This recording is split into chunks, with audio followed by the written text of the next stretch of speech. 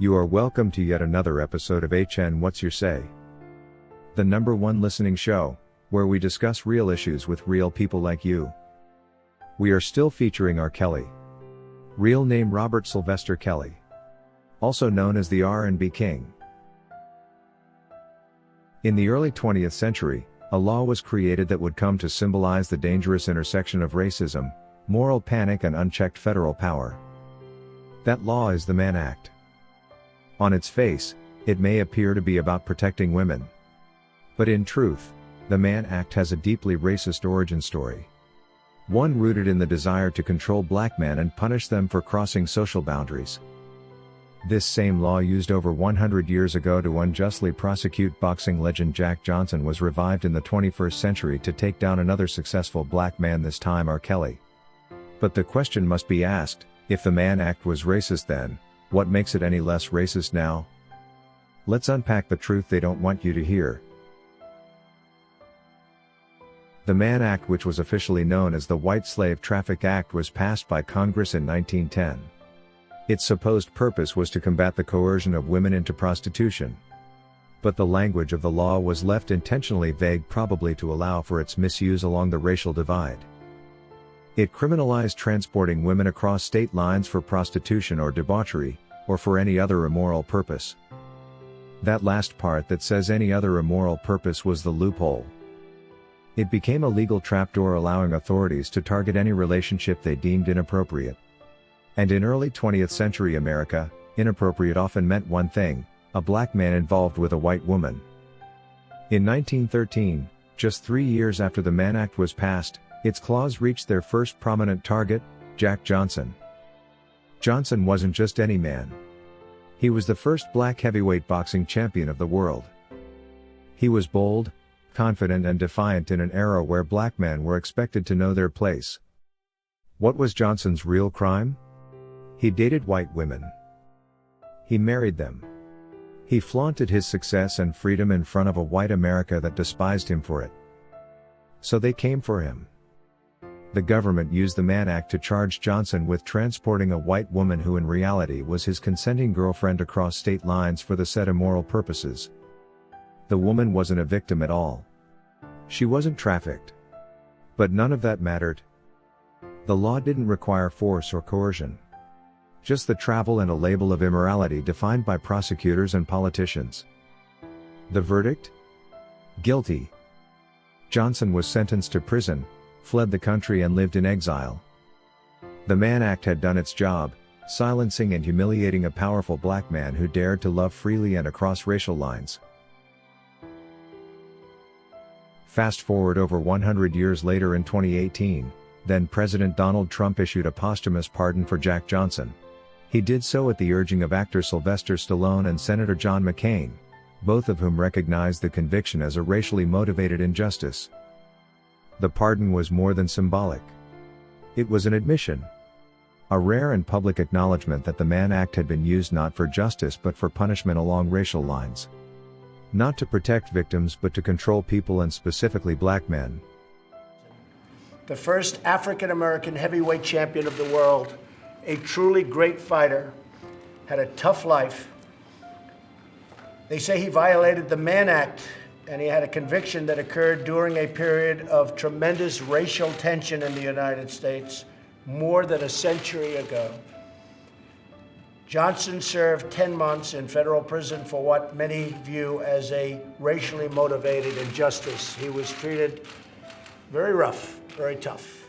So again we ask, if the law was racist and unjust in 1913, how can its use in 2021 against R. Kelly be considered anything but a continuation of that same injustice? R. Kelly, a legendary artist who redefined R&B, was prosecuted and convicted in part under the Mann Act. The charges? That he transported women across state lines for sex. Let's be clear, these were not trafficked strangers. These were fans, girlfriends and women who willingly traveled to be with him. Adults who made decisions to enter into consensual relationships. But just like with Jack Johnson, the federal government twisted those relationships into crimes under the Mann Act. They didn't have to prove coercion. They didn't have to prove force. All they had to do was convince a jury that the relationships were immoral.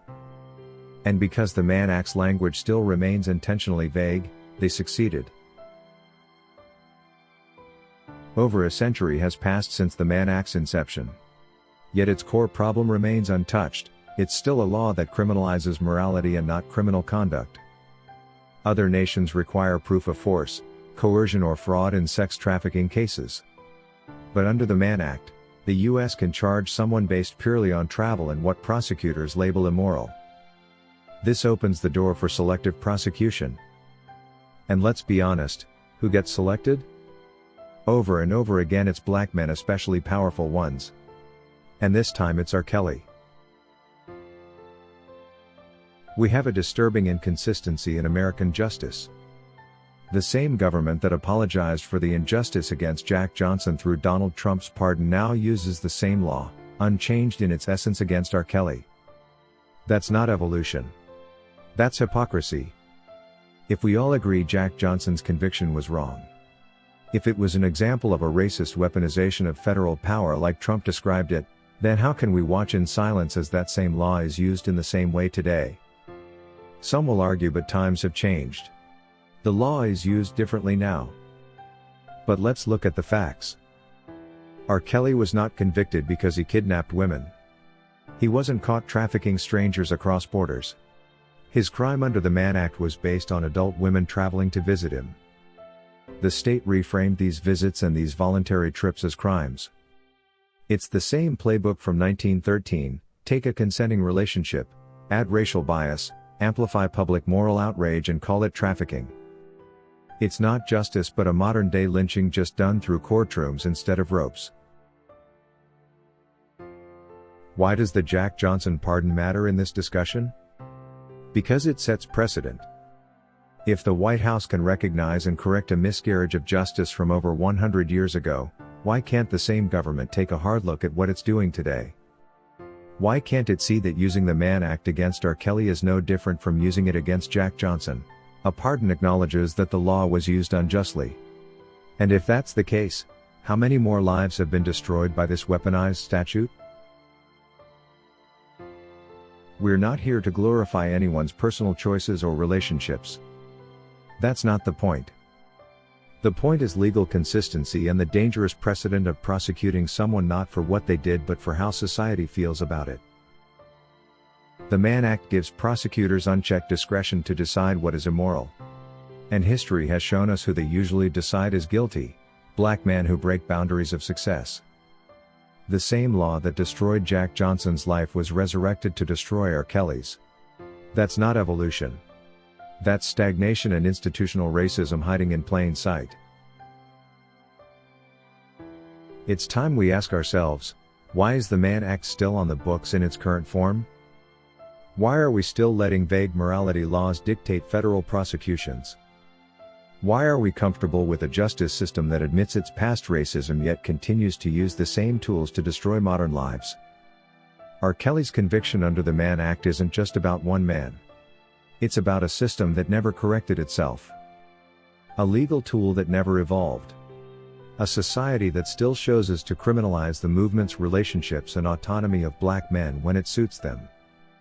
If Jack Johnson deserved a pardon for being wrongfully prosecuted under a racist law, then so does R. Kelly.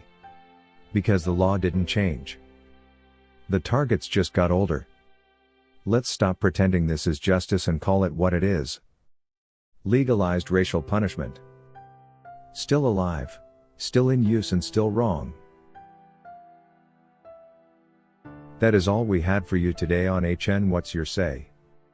To keep updated whenever we post a new video, subscribe to this channel now. Also remember to hit the bell icon and enable notifications. And feel free to share your opinions with us in the comment section below, and let us know if you would like us to publish your views in our next release. We value all our subscribers' opinions.